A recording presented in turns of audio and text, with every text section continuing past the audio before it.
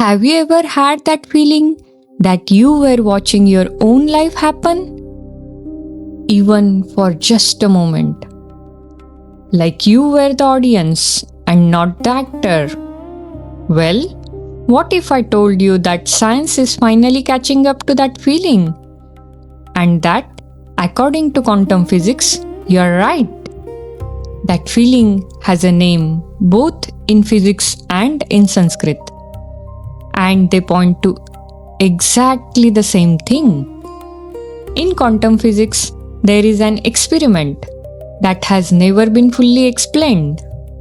Imagine throwing a ball at a wall with two holes in it. The ball goes through one hole or the other.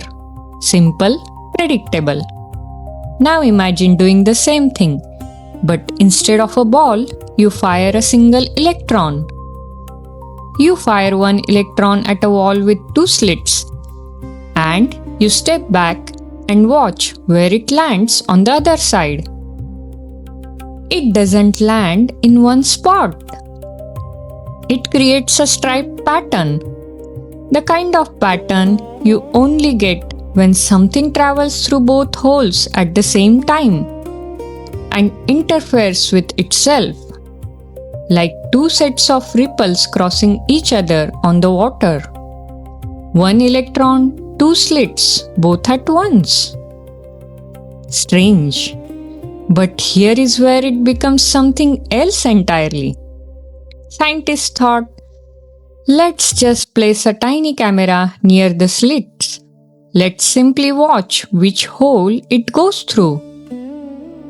The moment they turned the detector on, the pattern disappeared.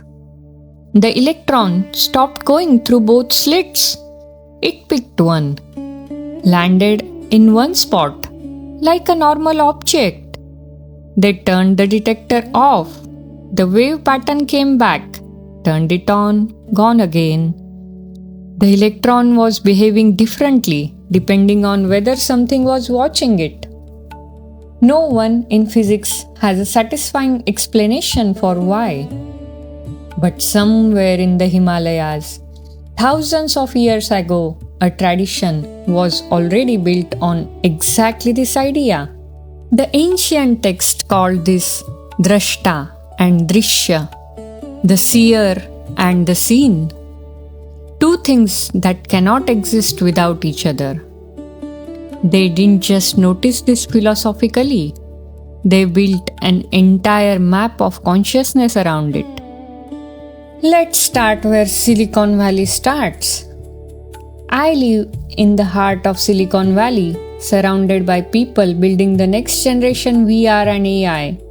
But every time I walk into a server room, I am reminded of what the Upanishads said. The hardware is only half the story. In 2003, there was a paper published with a simple but devastating argument. If even one civilization in the history reached the point of building ancestor simulations, they could run billions of them. The simulated minds would vastly outnumber the real ones. Statistically, you are more likely to be a simulation than not. The question physicists are still asking is, who wrote the code? Every yoga studio in the world has a poster that says Maya means illusion. It doesn't, not exactly. There is a story from Advaita Vedanta. You are walking on a dark path. You see something coiled on the ground. Your heart rate spikes. You stop. It looks like a snake. Then someone shines a light, and it was always a rope. The snake was never there. But your experience of fear was completely real. Your body responded to something that in the light turned out to be something else entirely. That is Maya. Not that the rope doesn't exist, but that in the darkness you believed it was something it wasn't. Now here is where Vedantic philosophy maps almost perfectly onto the simulation framework. The ancient texts describe reality as having two fundamental aspects: Prakriti, the material world, everything you can see, touch, measure, simulate. It includes your body, your thoughts, even your emotions. All of it is Prakriti. And then there is Purusha, pure consciousness, the observer. It does not act, it does not change, it simply watches. In simulation language, Prakriti is the code, the hardware, the rendered environment, and Purusha is the one running the program. But here is the key insight, the one the Upanishads kept returning to over thousands of years. The observer is not inside the simulation. Advaita Vedanta didn't say that the world isn't real. It said, you have been mistaking the code for the coder. In the 1990s, neuroscientists discovered what they called the default mode network. It's a cluster of brain regions that are most active when you are doing nothing. When you are thinking about yourself, replaying the past, worrying about the future, comparing yourself to others, judging. The story your brain tells about who you are, the self-narrative, runs through this network. And here is what decades of meditation research have constantly found. In deep meditative states, the default mode network goes quiet. The sense of being a separate self, an I, that is distinct from everything around it, temporarily dissolves. The Mandukya Upanishad, written thousands of years ago, describes 4 states of consciousness: waking, dreaming, deep sleep, and a 4th, Turiya. Turiya is not a state you enter in a way you enter sleep. It is the background awareness that is present in all 3 other states.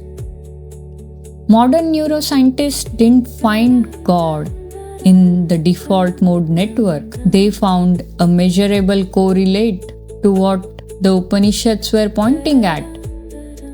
A mode of consciousness where the constructed self steps back and something quieter remains.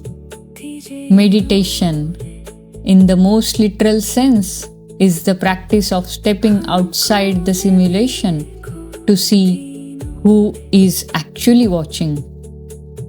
So, if this is a simulation, what do we do with that?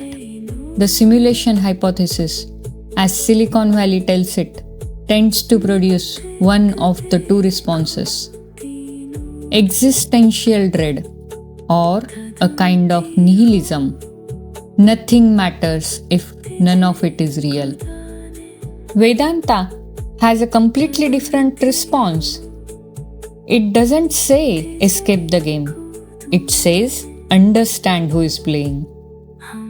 If Purusha, pure consciousness, is your actual nature, then you are not a character trapped in the simulation.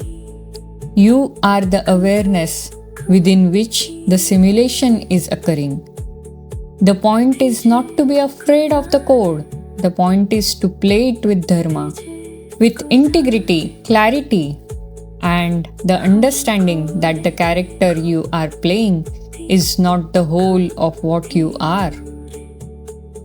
There is a statement from Adi Shankaracharya that captures this entire video in 6 words.